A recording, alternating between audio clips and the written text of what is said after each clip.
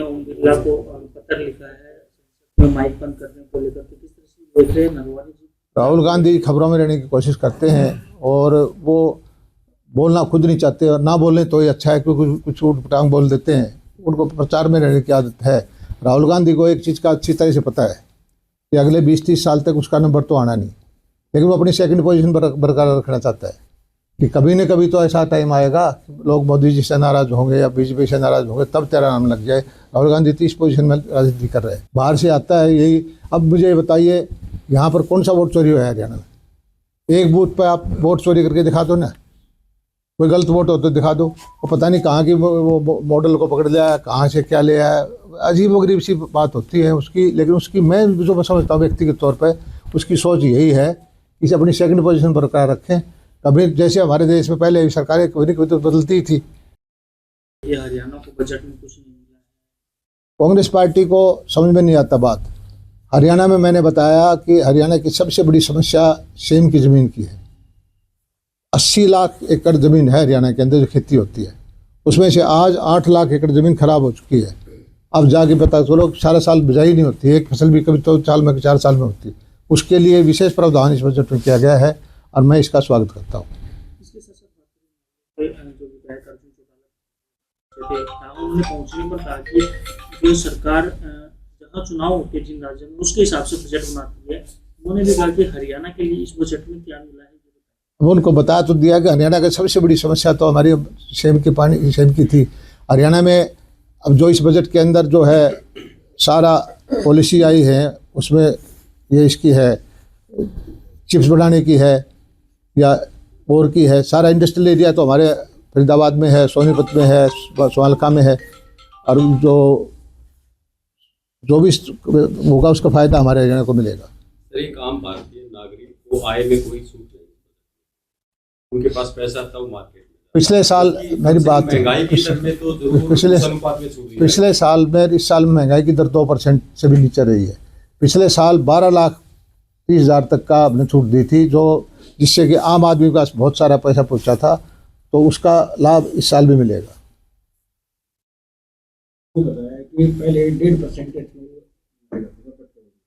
20% मिलाया जा रहा है, 20% मिलाया जा रहा है, उससे गाड़ियों की जो एवरेज है वो काफ़ी कम।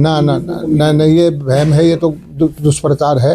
गाड़ियाँ की एजेंसी होती है तो मिलाया जाता है, बिल्कुल उससे सर्टिफाई हो करके उसी से मिलाया जाता है। ये वहम की बात है, ऐसा कोई फर्क नहीं पड़ता।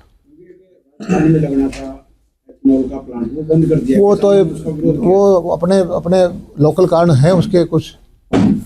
अब तो मेरी बात सुनो, उसका कारण तो अब यहाँ पर राजस्थान में पानी दे रहे हैं हम, जो जमुना का पानी जाएगा उसके 3 पाइप बंद होके जाएगा राजस्थान में। उन्होंने अभी धरना शुरू कर दिया कि यहाँ नहीं लगने देंगे। अब इसमें हमारे देश में ऐसे लोग हैं जो नीच प्रगति चाहते। पानी पीने का पानी देने के लिए, टैंक बनाने के लिए उनको अभी इसके पास, बॉर्डर के पास, ये मेरे हल्के के पास है, वहाँ पर जो कुछ लोगों ने धरना शुरू कर दिया कि यहाँ नहीं बनने देंगे, हमारी ज़मीन एक्वायर नहीं करने देंगे। लेकिन देश का देखना होता है। अब पानी जाएगा तो कम से कम 3-4 जिलों में पीने का पानी नहीं है, लेकिन 1-2 गांव के 3 आदमी फिर भी धरना दे देंगे। 1.5% था 20%। पेट्रोल की कीमतों में कमी क्यों नहीं है? पेट्रोल की कीमतें तो ऐसा है कि अंतर्राष्ट्रीय उस पर चलती है, नहीं तो कीमतें बहुत बढ़ जाती। तो हमारा ये बात यह है कि देश को देखना होता है। देश के पूंजी बाहर जा रही है तेल में।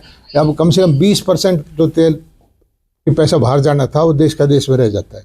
गन्ने का हो, मक्के का हो, या अनाज छड़े हुए का हो, एथेनॉल उसी से बनता है, उससे चला जाता है। और एथेनॉल से ब्राज़ील के अंदर 100% उससे भी एथेनॉल से चलने वाली गाड़ी है। अगर ऐसे होती तो फिर गाड़ियाँ तो इंटरनेशनल उस लेवल पर सर्टिफिकेशन होता है।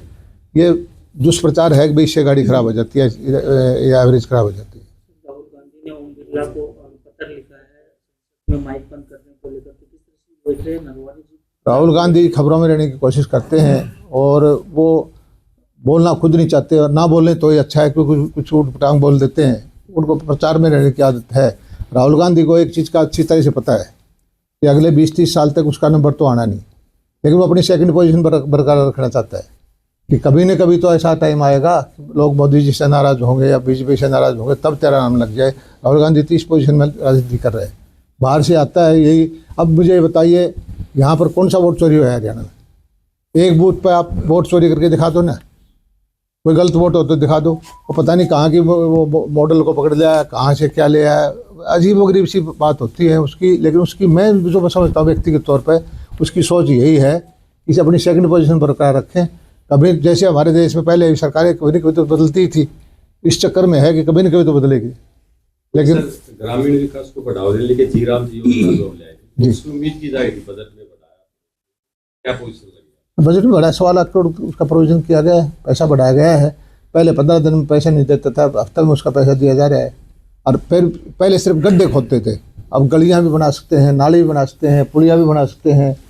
तो चीज़ें सुधार करने में ठीक है, विपक्ष का काम होता है कमियां निकालो, लेकिन सुधार जब करते हैं तो विपक्ष के नाम पे काम करे तो वो गलत है।